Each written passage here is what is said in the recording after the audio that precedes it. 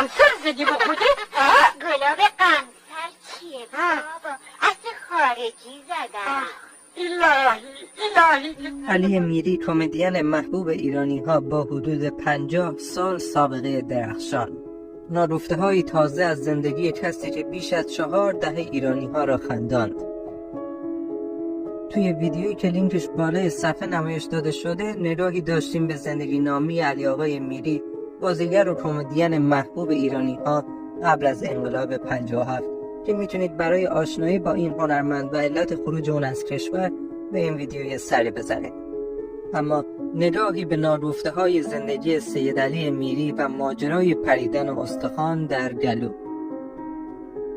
علی آقای میری معمولاً در نقش‌های فرعی و در قالب تیپ‌های ثابتی مثل پیشکار، نوکر و نوچه وفادار در کنار جاهل‌ها و لات‌ها و لوطی‌های قهرمان فیلم بازی می‌کرد و میشه گفت ساخت فیلم فارسی بدون حضور علی میری غیر ممکن بود.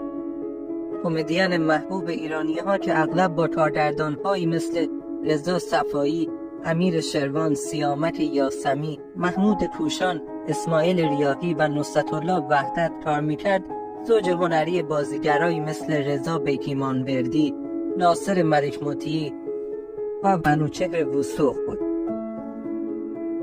شاید بشه از درخشان‌ترین کارهای درج شده در کارنامه هنری علی میری بازی اون در سریال تک مضراب اشاره کرد که با نقش مهمی که توی این فیلم داشت و با مهارت و تیپ منحصر به فرد خودش رو در بین مخاطبان تلویزیون مطرح کرد.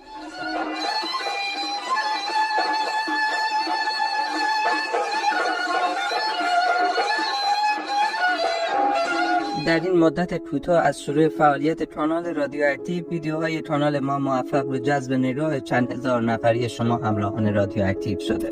برای حمایت از ما با سابسکرایب کردن کانال کنار ما بمونید تا خانواده رادیواکتیو روز به روز بزرگ و بزرگتر بشه.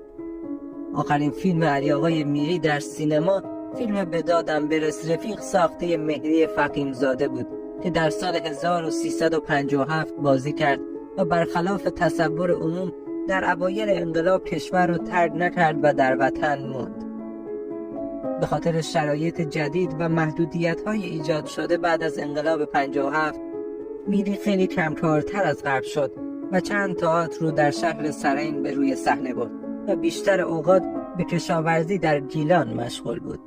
میری در اواخر عمر بعد از کمکاری و یا بیکاری در حوزه هنر در ایران به امریکا رفت و در کنار فعالیت هنری خود